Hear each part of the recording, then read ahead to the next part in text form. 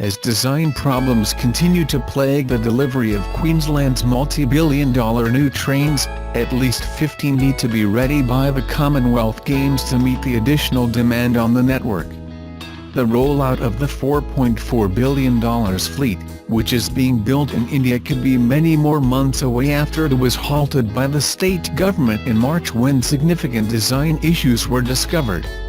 The fleet was originally ordered under the Newman government in 2014 and was supposed to begin rolling out by the end of 2016.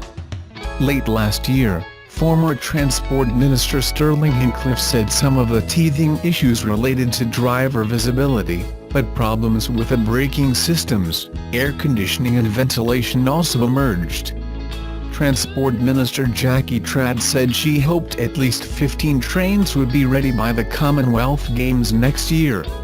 We need to operationalize some of the new generational rolling stock in time for the Commonwealth Games in order to meet the additional demand that our network will experience at that time, she said. We're hoping that we can get these trains on the network as soon as it is safely possible to do so. Cost to taxpayers still unknown. Ms. Trad said the government was waiting on a full technical assessment to identify all changes that needed to be made.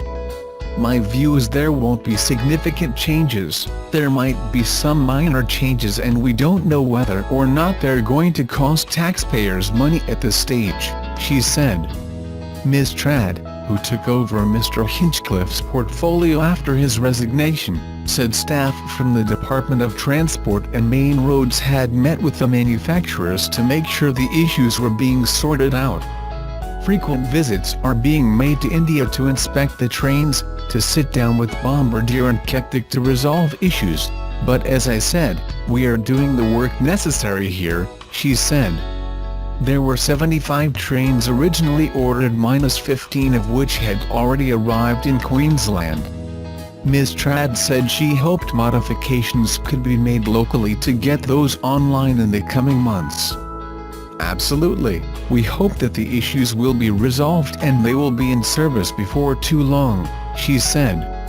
Recruitment of new staff ahead of schedule. In February, the Strachan inquiry recommended 200 additional guards be recruited in response to a shortage of workers, timetable problems and service cancellations that emerged after the Redcliffe Peninsula line opened last October. Ms. Trad said the recruitment of more drivers and guards was ahead of schedule.